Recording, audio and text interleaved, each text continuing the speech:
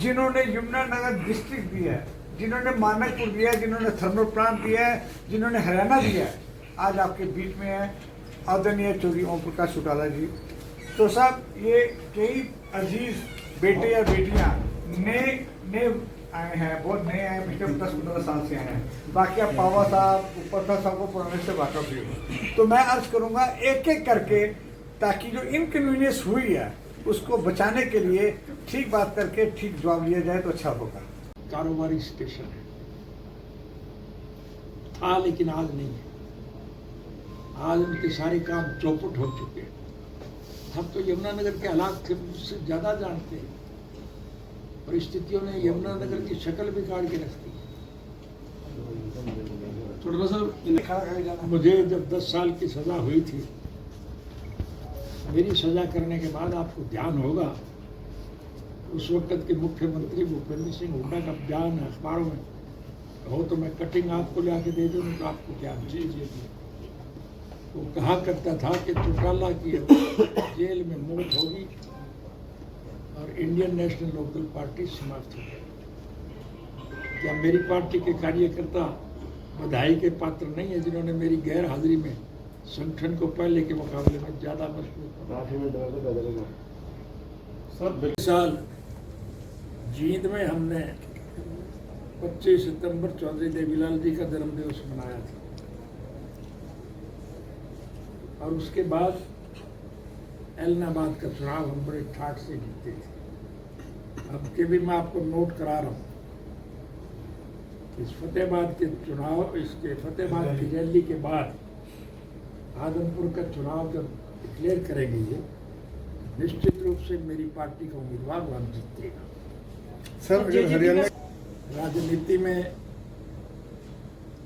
गठबंधन होते रहते हैं, लेकिन हमारी पार्टी स्वार्थ की पार्टी नहीं है। जो लोग पार्टी को दगा दे करके गए, हमारी कोशिश यही होगी कि उन दगाबाजों को हम पार्टी में शामिल ना करें। कोई गुमराह हो गए, बहका लिए गए, रास्ता भटक गए, ऐसे लोग अगर पार्टी में शामिल होना चाहेगा तो हम उनको जरूर इज्जत देंगे। ये तो मैं नहीं कह सकता कि कौन तो मुख्यमंत्री के ख्वाब देख रहा है, मुख्यमंत्री तो ख्वाब देख रहा हो, पीएम की बात करो, उसको कैसे अवसर मिलेगा। ठीक है, नीतीश कुमार हमारे अच्छे मित्र भी हैं और परिस्थितियों ने उनको मजबूर किया था बीजेपी के साथ गठबंधन करके सरकार बनाने की, क्योंकि लालू से उनके हालात ठीक नहीं रहे थे और उनका वापस में बिगाड़ हो गया। नीतीश जी फिर मुख्यमंत्री बन गए। अब ख्वाब तो हर एक ही लेता है प्रधानमंत्री बनने का, आप नहीं ले रहे क्या? आपके मन में नहीं है? सत्ता में नीतियों में से क्या निकलेगा? अभी मैंने अभी जो आपको बताया है कि हालात इस किस्म के हैं कि सभी विपक्षी दल इकट्ठे होकर के तीसरे मोर्चे का गठन करेंगे। मतलब चुन सकते हैं चेहरा। हैं? कल क्या होगा, क्या अब गठबंधन के बाद क्या निर्णय होगा तो ये आप मुझसे पूछे, मैं क्या जवाब दे सकता हूँ इसका। कोई बड़ी मछली भी हो सकती है इसमें, कभी तो पीए ही पकड़े गए हैं। इसमें जो सोनाली फोगाट के जो अभी मर्डर या जो भी हुआ है मिस्ट्री है, तो क्या बड़ी मछली भी हो सकती है इसमें? जी, जब देश में कानून व्यवस्था बिगड़ जाए और सत्ता पक्ष उसमें निराश हो जाए, उसके काबू ना रहे, तो ये परिस्थितियां होती ही रहती हैं। आपके यहाँ यमुनानगर में मैंने तो अखबार में ही पढ़ा है, एक आदमी को सरेआम उसे मार दिया गया था। कहाँ तक सदाकत है ये तो आप ज्यादा बेहतर जानते हैं। हर जगह यही होता है। बैंक में पैसा जमा कराने जाने वाले व्यक्ति को बैंक के आगे मार दिया गया। वो नहीं यहाँ पे जो बंसल भ्रष्टाचार। मैं आपसे एक अपील जरूर करूंगा कि आपको जब भी अवसर मिले सत्ता पक्ष के लोगों से एक प्रश्न जरूर पूछ रहे हैं कि 2005 में जब हमारी सरकार गई थी, इस सरकार के खजाने में हमने 2000 करोड़ से अधिक रुपया छोड़ा था, और आज हरियाणा सरकार के सर के ऊपर 2.5 लाख करोड़ से ज्यादा का कर्जा है। विकास के नाम पर कहीं एक ईंट नहीं लग रही, सड़कें जो टूट गई उनकी मरम्मत तक नहीं हो रही, स्कूलों में मास्टर नहीं है, अस्पताल में दवाई और बेड नहीं है, डॉक्टर तक नहीं, बिजली और पानी का अभाव है, पीने का पानी भी उपलब्ध नहीं। वृद्धावस्था पेंशन समाप्त करने का निर्णय लिया जा चुका है। कस्टोडियन की भूमि, पंचायत की लैंड को ये सरकार हड़पना चाहती है कोर्ट में के बाद। तो आप उनसे एक ही बात पूछना, ये 2.5 लाख करोड़ का कर्जा किस बात का है, आपने किया क्या है? वो आपको बताएंगे कि विकास के लिए उन्होंने क्या किया। आपको सारे हालात की जानकारी स्वयं मिल जाएगी। मैं नहीं समझ पाया कि हमने किस कैंडिडेट का समर्थन किया। अभय चौटाला जी ने उनका समर्थन किया। नहीं, हमारा तो विधानसभा में एक ही विधायक है और उसका वोट व्यक्तिगत सोच के तहत उसने किसी को दिया हो। पार्टी के लेवल पे हमारा कोई ऐसा निर्णय नहीं था। सर मैं थोड़ा सा आपको अतीत में ले जाऊं। मुझे दुनिया के 152 मुल्कों में जाने का अवसर मिला है, सैर सपाटे के लिए नहीं। हर मुल्क के राजनीतिक, आर्थिक और सामाजिक हालात की जानकारी हासिल करने के लिए मैं गया। उन मुल्कों में जाकर के मुझे सबसे ज्यादा प्रसन्नता इस बात की हुई कि समूचे विश्व के स्तर पर भारतवर्ष एक ऐसा अनूठा देश है जहाँ सभी धर्म, मजहब और जात के लोग आपसी प्रेम, प्यार, भाईचारे से मिलजुल करके रहते हैं। हम अपने तीज त्योहार, होली, दिवाली, ईद, क्रिसमस सब मिलकर के प्रेम से मनाया करते हैं। लेकिन बीच में कुछ स्वार्थी लोगों ने राजनीतिक स्वार्थ हासिल करने के लिए इस देश में जात पात का जहर फैला, देश को बांटने की बहुत कोशिश की, लेकिन उनको सफलता नहीं मिल पा रही। जेल से रिहा होने के बाद सर्वप्रथम मैं उन साथियों का आभार व्यक्त करने के लिए गया था जो गर्मी, सर्दी, बारिश की परवाह किए बिना दृढ़ निश्चय के साथ इस देश में किसान के विरोध में बढ़ाए गए 3 गलत कानून को वापस सरकार ले, इस बात के लिए दिल्ली के चारों तरफ सड़कों पर बैठे हुए प्रेम है। काफी लंबे समय के बाद आपके बीच में आने का मुझे अवसर मिला है और इस बीच के अरसे में बहुत राजनीतिक परिवर्तन आए। उस मामले में आपको सबसे ज्यादा जानकारी है।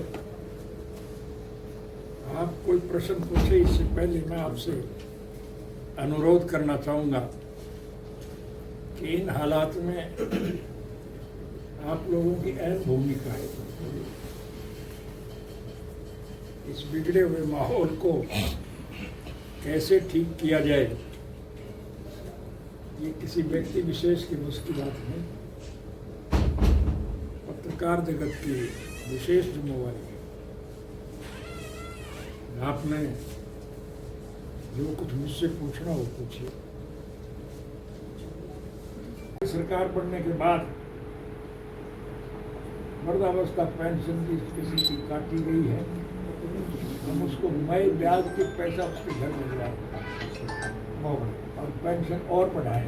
और ये पेंशन व्यवहारिक ज्ञान के आधार पर चौधरी देवीलाल की बनाई गई। मैं आपको थोड़ा सा आपका समय लेना चाहूँगा। चौधरी देवीलाल जी व्यवहारिक आधार पर निर्णय लिया करते थे। बतौर मुख्यमंत्री के जब कभी टूर पे जाते थे, सिक्योरिटी वाले उनको ढूंढते रहते थे, वो अपने हिसाब से सीधे लोगों में चले जाते। गांव का आदमी था, गांव में जाया करते। एक गांव में गए, एक आदमी गांव के बाहर खाट पे सोया हुआ था, धूप सेक रहा। चौधरी देवीलाल जी ने गाड़ी रोक करके उससे पूछा क्या हालत है। उसकी आंखों में आंसू आ गए। चौधरी साहब ने पलट के पूछा क्या दिक्कत क्या है। कहने लगा मेरी लड़की आज ससुराल जा रही है और मेरी जेब में एक नया पैसा भी उसको देने के लिए नहीं। चौधरी देवीलाल जी ने उसी दिन से 100 रुपये माहवार वृद्धावस्था पेंशन दी।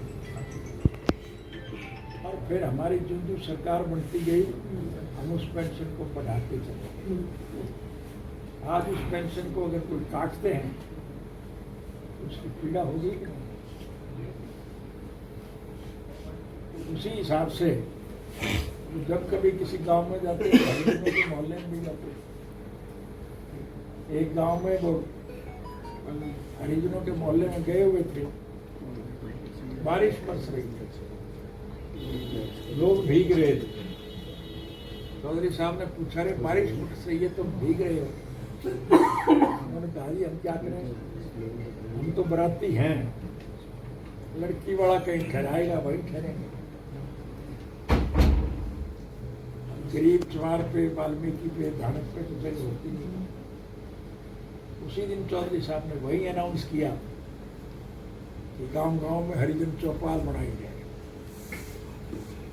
अब फिर बैकवर्ड जाति के लोगों ने जब डिमांड रखी तो फिर उनकी भी बनाने का काम किया। चौपालें जो बनी उनमें बाद में जरूरत के मुताबिक मुड्डे, कुर्सियां और चारपाइयां भी लगाई गई। रूप से एक बात देखने को मिली कि नाम का तो ये किसान आंदोलन था, लेकिन इसमें सब धर्म और मजहब के लोग बैठे हुए थे। हिंदू, मुस्लिम, सिख, ईसाई, चमार, धानक, वाल्मीकि, रेगर, खटीक, खाती, कुम्हार, लुहार, मणिहार, सुनार, दुकानदार, व्यापारी, कारखानेदार, मजदूर, किसान और कमेरा, इस 36 जात के लोग इस आंदोलन में बैठे हुए। इससे हमें एक हौसला मिलता है कि लोगों ने इस कुशासन का अंत करने का मन बना लिया, क्योंकि इस सरकार में आम नागरिक को किसी प्रकार की कोई सुविधा नहीं मिली। मैं आपसे एक अपील जरूर करूंगा कि आपको जब भी अवसर मिले, सत्ता पक्ष के लोगों से एक प्रश्न जरूर पूछ लें कि 2005 में जब हमारी सरकार गई थी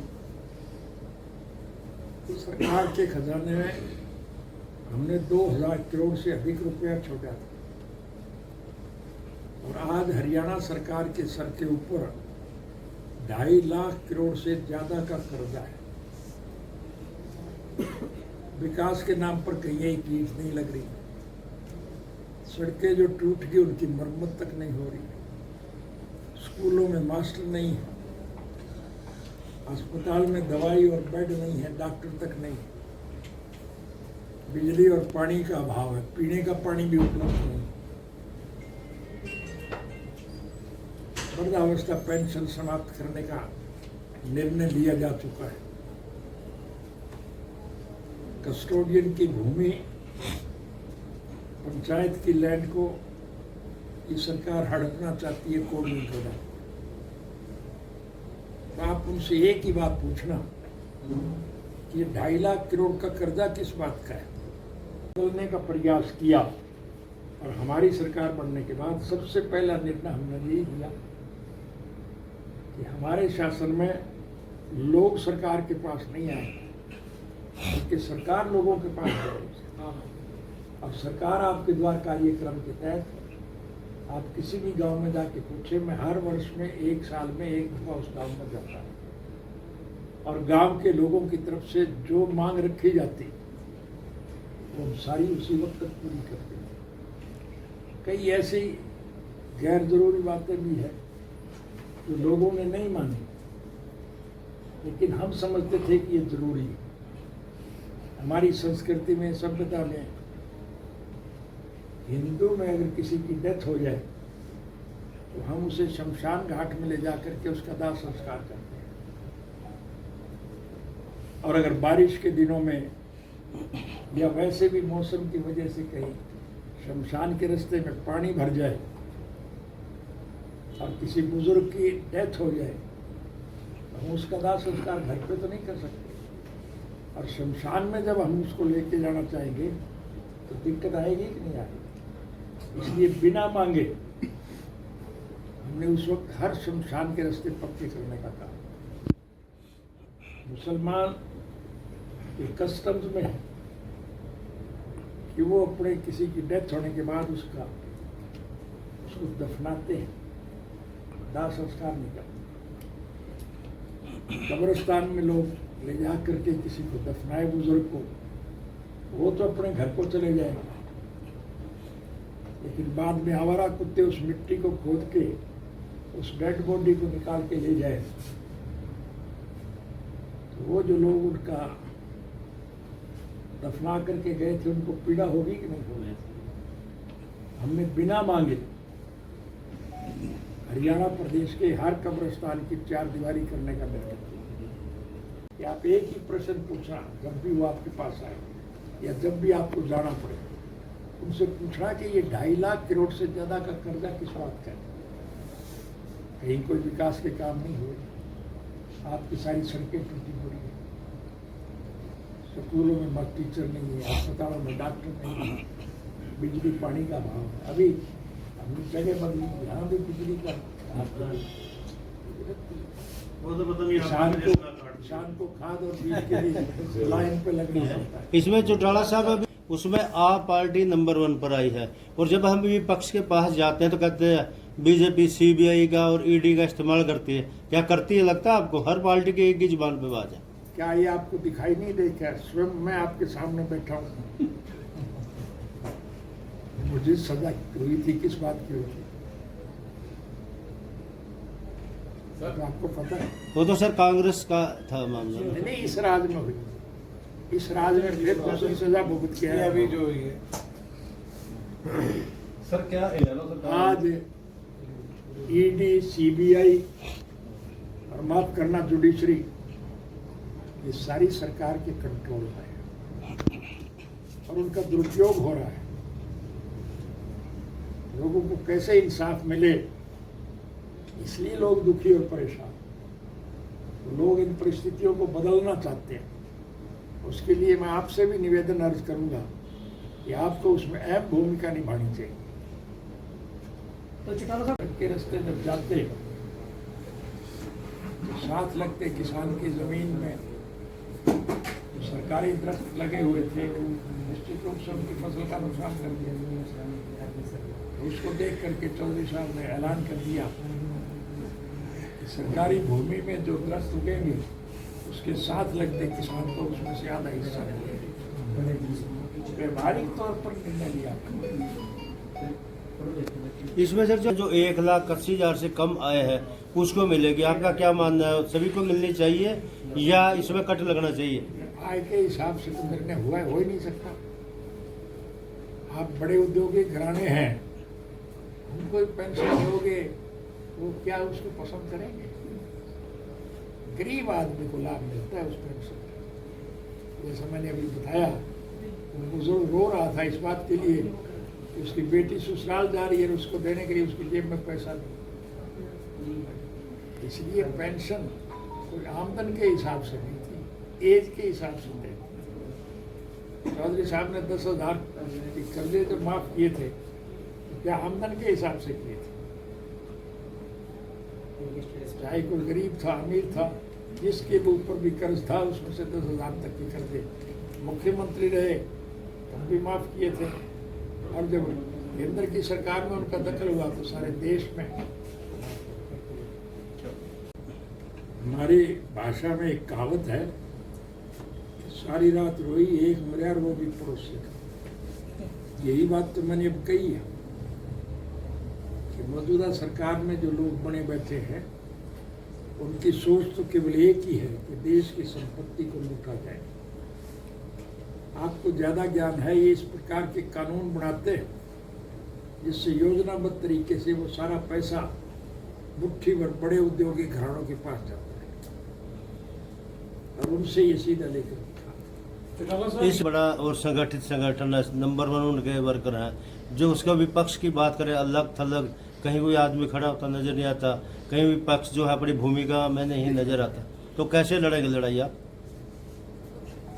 मैंने अभी तो बताया है कि सारे लोग दुखी हैं, परेशान हैं, और दुखी लोग जुड़ना चाह रहे हैं, निश्चित रूप से जुड़े। 25 सितंबर को हम स्वर्गीय चौधरी देवीलाल जी का जन्मदिवस फतेहाबाद में मना रहे हैं। मैं आपसे खास तौर से अपील करना चाहूँगा कि आप स्वयं वहाँ आकर के हालात का जायजा लेंगे। मंच के ऊपर आपको देश की विभिन्न राजनीतिक पार्टियों के अग्रणी नेता बैठे दिखाई देंगे, और उन नेताओं को जो लाखों की संख्या में लोग बैठे दिखाई देंगे तो उनको हौसला मिलेगा। निश्चित रूप से तीसरा फ्रंट बनेगा।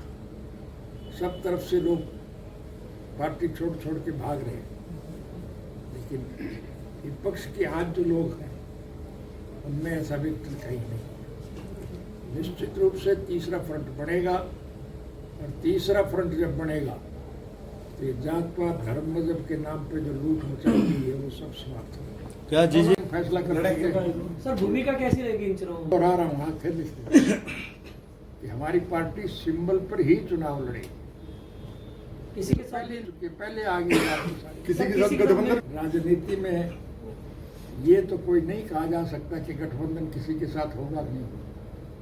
समान विचारधारा के लोग अगर आपस में मिलना चाहेंगे तो पहले भी मिलते रहे हैं, भविष्य में भी मिल सकते हैं।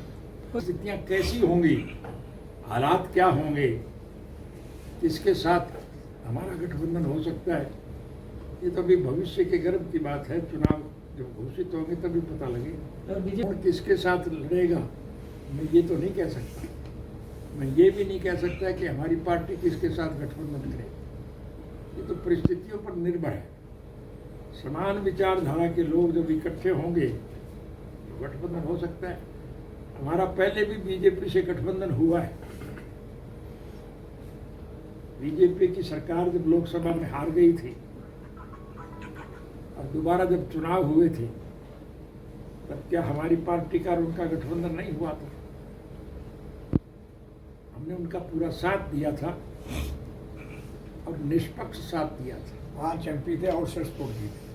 हमने कुछ मांगा नहीं उनसे, कि आज बेचारे वो स्वर्ग में है अटल बिहारी वाजपेयी। मेरे उनसे बहुत अच्छे संबंध थे। उन्होंने बहुत प्रयास किए, बहुत दफा कहा कि आपकी पार्टी के लोगों को कैबिनेट में जगह देना था। हमने कहा कि हम आपका सहयोग और समर्थन राष्ट्र हित में कर रहे हैं, हमारा व्यक्तिगत स्वार्थ नहीं। इसमें से